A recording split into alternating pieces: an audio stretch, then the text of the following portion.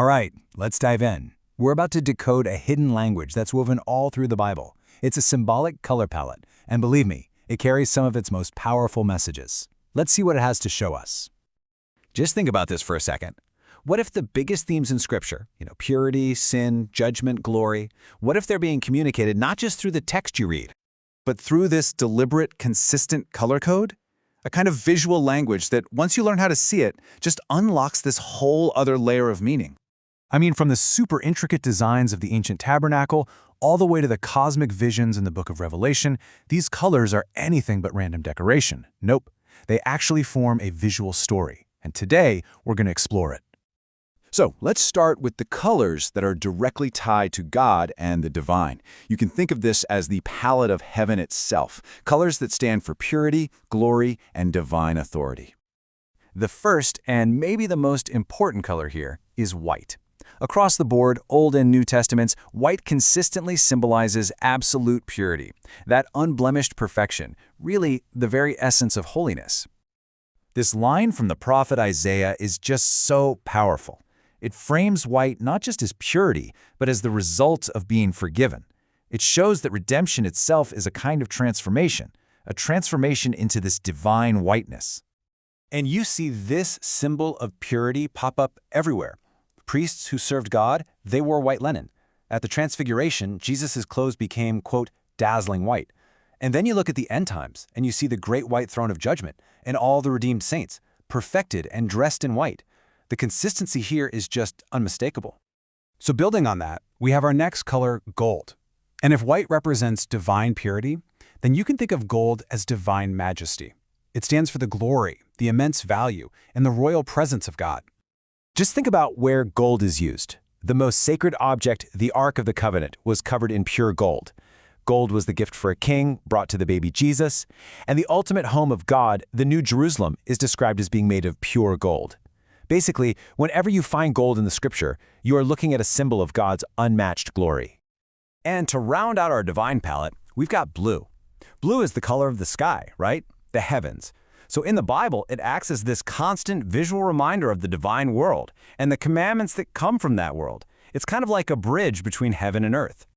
For example, the Israelites were actually commanded to wear a cord of blue on their clothes. Why? So every single time they looked down, they would remember God's law. And the curtains of the tabernacle, God's dwelling place on earth, were woven with blue, symbolizing that sacred heavenly connection.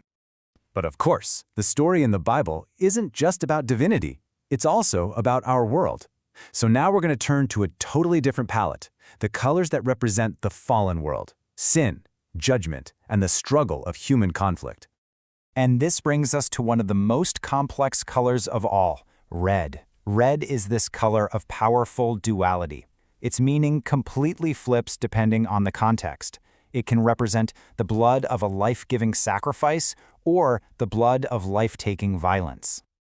You can really see the two opposing meanings right here, side by side. On the one hand, red is the color of atonement, that sacred blood that brings forgiveness. But on the other hand, it's the fiery red horse of war in Revelation, a symbol of violent worldly power. Purple has a very similar duality. See, in the ancient world, purple dye was incredibly rare and expensive, which made it the ultimate symbol of royalty and wealth. But with that high status, it could also represent the pride and corruption that comes with power. It's all about the intent.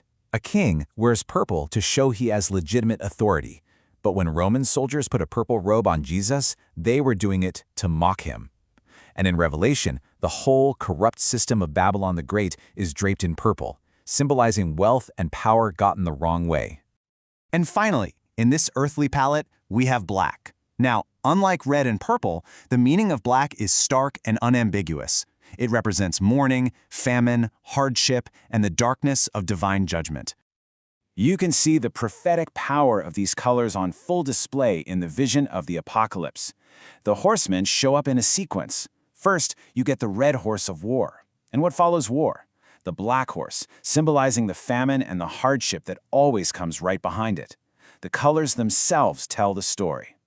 But the story doesn't end in conflict and judgment. There is another set of colors that acts as a bridge, representing God's creation, His promise, and the hope of new life. And at the heart of this hopeful palette is green, I mean, it's the color of plants and life, so it represents vitality itself. But it's more than that. It also symbolizes the peace and the faithfulness of God's covenant with all of creation. We see this in the comfort of Psalm 23's green pastures. And it all culminates in Revelation, where the rainbow around God's throne isn't multicolored, it's a shining emerald.